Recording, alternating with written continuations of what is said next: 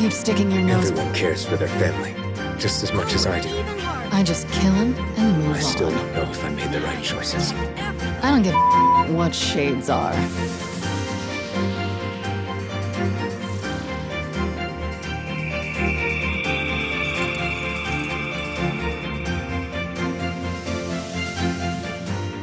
And I'm going to defeat the Shadow Lord and get Yona back. The reason I fight is to smash the out of every last goddamn shade on the planet. I took on this hideous form to save my friends. That's why I'm willing to put myself in danger, so others don't have to.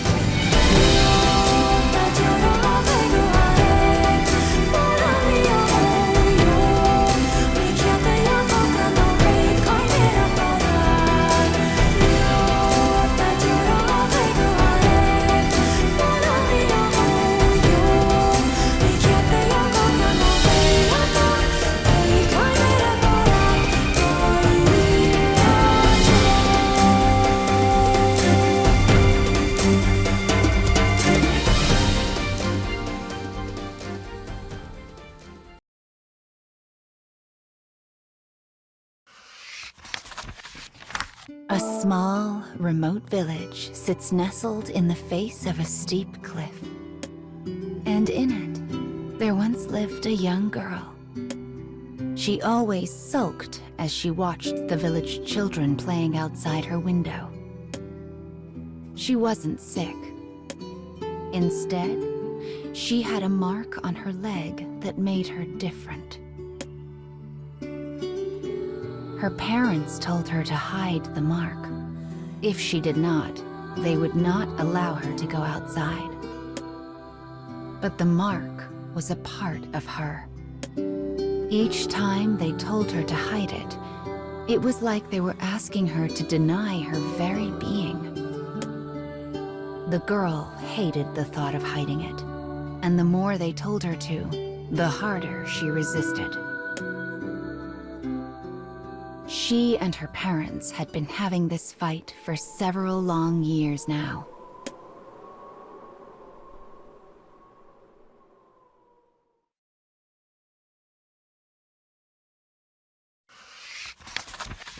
The girl was locked in her house, so others would not see the mark on her leg. Unable to contain her discontent, she decided to disobey her parents and sneak out of the house. She ran through the village like hell itself was pursuing her. But when she crested a hill, she found someone was already waiting there. It was a warrior with flowing white hair. She sat quietly on a boulder, her sword stuck into the ground nearby. Her pale skin was crisscrossed with wounds, as though she had just finished a battle. But it was the warrior's left side that truly drew the girl's attention.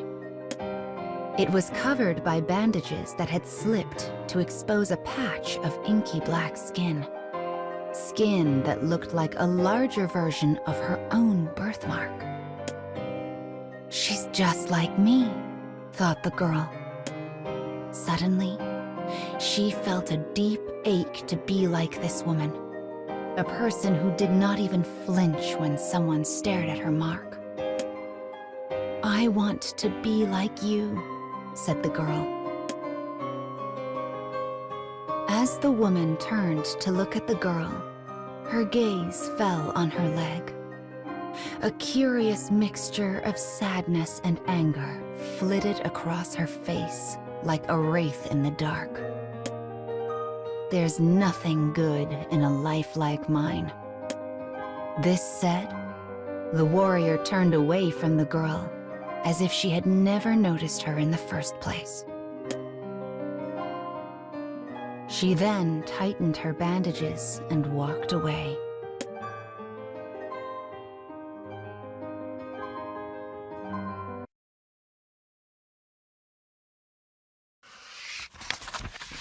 After parting ways with the warrior on the hill, the girl returned home. As she made her way to her parents' room to tell them what happened, she heard whispered voices from the other side of the door. We've caused her so much pain by telling her to hide her birthmark like that. But we did it for the right reasons. You know what would happen if people saw that and thought she was possessed. My parents are actually worried about me. Possessed. When she heard that word, the girl recalled a conversation she had with her parents when she was but a child. It was a story of a warrior who had been cursed by a shade and turned into a monster, and about how horribly she had been treated in this very village. The girl remembered the mixed emotions on the face of the woman she met earlier. She had lived through things the girl could not even imagine.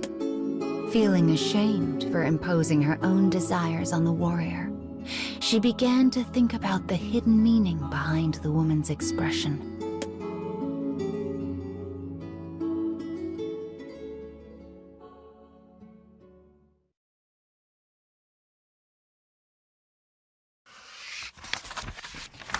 To the girl, the mark on her leg was a part of her, and her parents accepted that.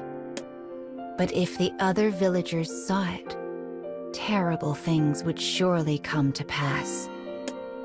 And not just to her, but to her parents as well. Caught between her parents' love and her own pride, the girl was in anguish. Soon thereafter, she began hiding her mark. In so doing, she hoped to acknowledge the love her parents had blessed her with. But though she disguised her birthmark with bandages, she refused to hide the wrapped leg. In this way, she hoped to mirror the pride of the warrior. The girl stands at the top of the hill, bathed in sunlight. Looking out, she makes a firm resolution.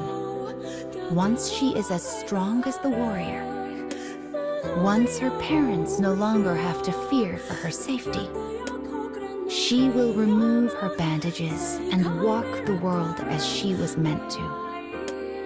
As the girl gazes over the plains, reflected in those eyes is the sky that leads to her future.